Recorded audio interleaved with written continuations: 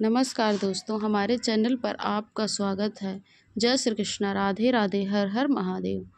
आज हम आपको श्रावण मास की नाग पंचमी की कथा सुनाने जा रहे हैं।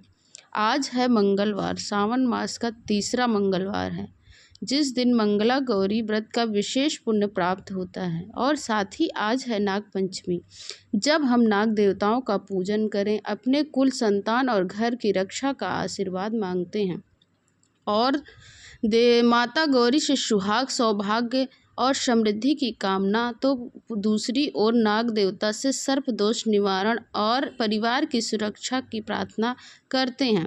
तो इस विशेष योग पर आज हम आपको सुनाने जा रहे हैं नाग पंचमी व्रत की रहस्य कथा। बोलिए शिव पार्वती की जय, नाग देवता की जय। ओम नमः शिवाय।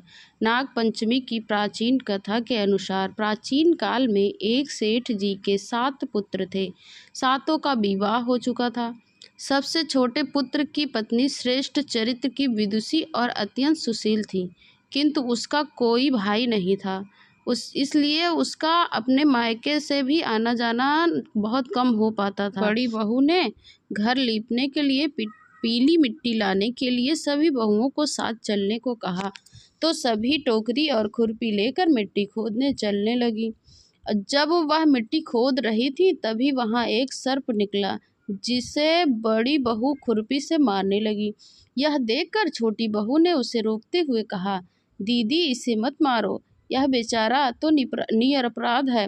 यह सुनकर बड़ी बहू ने उसे नहीं मारा।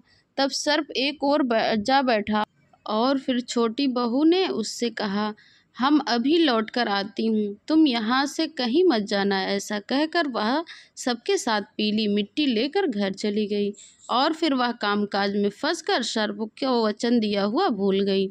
दूसरे दिन जब वह बात उसे याद आई, तो वह अब सबको साथ लेकर एक बार फिर वहां पहुंची और क्या देखती है कि सर्प तो वहां अभी भी बैठा है, जहां वह उसे कल छोड़कर गई थी। यह देखकर बोली, सर्प भैया नमस्कार। सर्प कहने लगा, तू भैया कह चुकी है ना, इसलिए तुझे छोड़ देता हूँ, नहीं तो झूठी बात कहने के कारण मैं तुझे अभी यहीं डस लेता।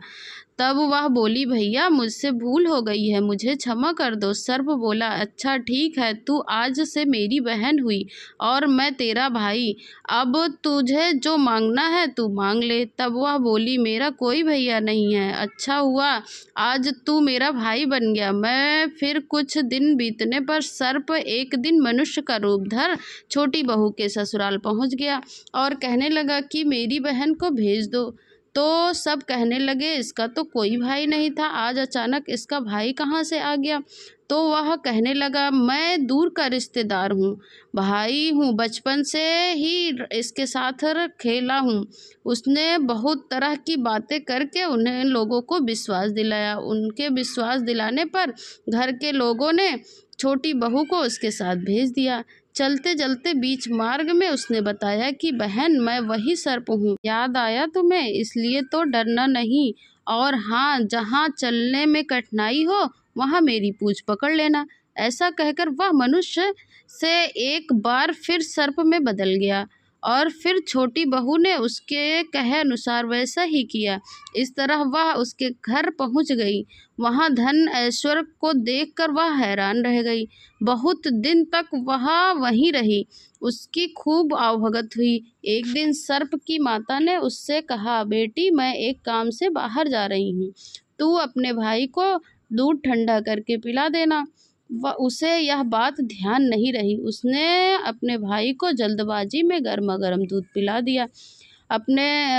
दिया, जिससे उसकी मुख पूरी तरह जल गया।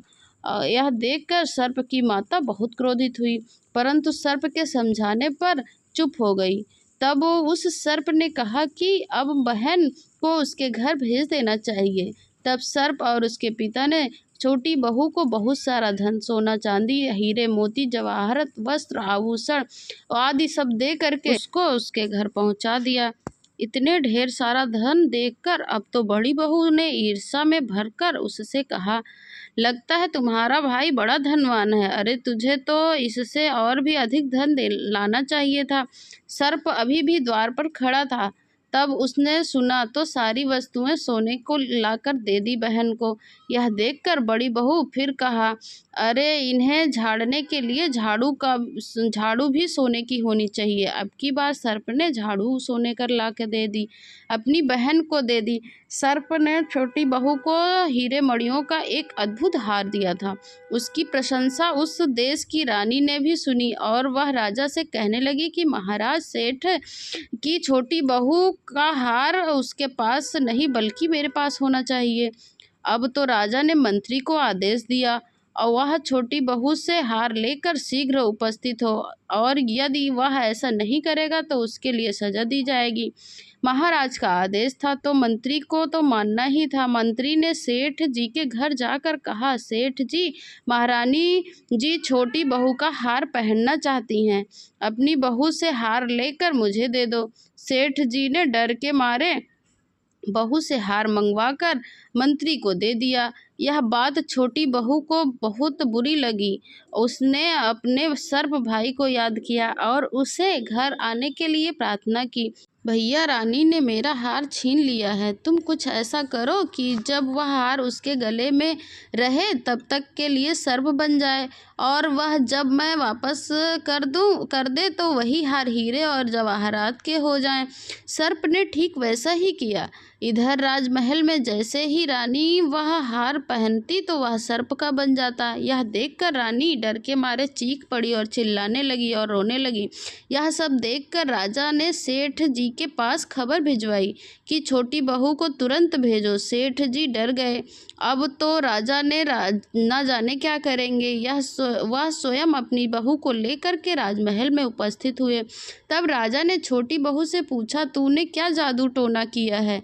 मैं अभी तुझे दंड दूंगा। छोटी बहू कहने लगी, राजन, मेरी दृढ़ता क्षमा कीजिए। यह हार तो ऐसा ही है, मेरे गले में हीरो का और जवाहरात का रहता है, और यदि कोई दूसरा पहन ले तो दूसरों के गले में सर्प का बन जाता है।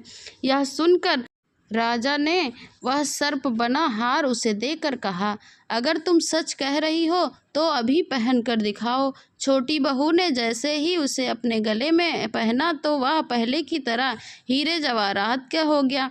यह देखकर राजा को छोटी बहू की बात पर विश्वास हो गया, और फिर उसने प्रसन्न होकर छोटी बहू को पुरस्कार रूप में और भी बहुत सारी मुद्राएं दी, और फिर छोटी बहू प्रसन्न होकर प्रसन्नता के साथ अपने हार और अन्य बहुमूल्य वस्तुओं को साथ लेकर अपने घर लौट आई। उसके धन को देखकर बड़ी बहू ने ईर्ष्या के कारण उसके पति को सिखा दिया कि देखो, छोटी बहू के पास कहीं से धन आया है। यह सुनकर उसके पति ने एक दिन अपनी पत्नी को बुलाकर डांटते हुए कहा, ठीक ठीक बता कि यह धन तुझे कैसे मिला और कौन देता है ये धन। तब छोटी बहू फिर से अपने सर्प भाई को याद करने लगी और रोने लगी, और तभी उसी समय सर्प ने प्रकट होकर कहा, अगर मेरी धर्म बहन के आचरण पर तू संदेह करेगा तो मैं तुझे खा लूँगा। यह सुनकर छोटी बहू का पति प्रसन्न हुआ और उसने सर्प देवता का बड़ा आदर सत्कार किया। मान्यता है कि उसी दिन से नाग पंचमी का यह त्यौहार मनाया जाने लगा। स्त्रियां इस दिन सर्प को भाई मानकर उसकी पूजा करती हैं। नाग देवता की जय। शिव पार्वती की जय।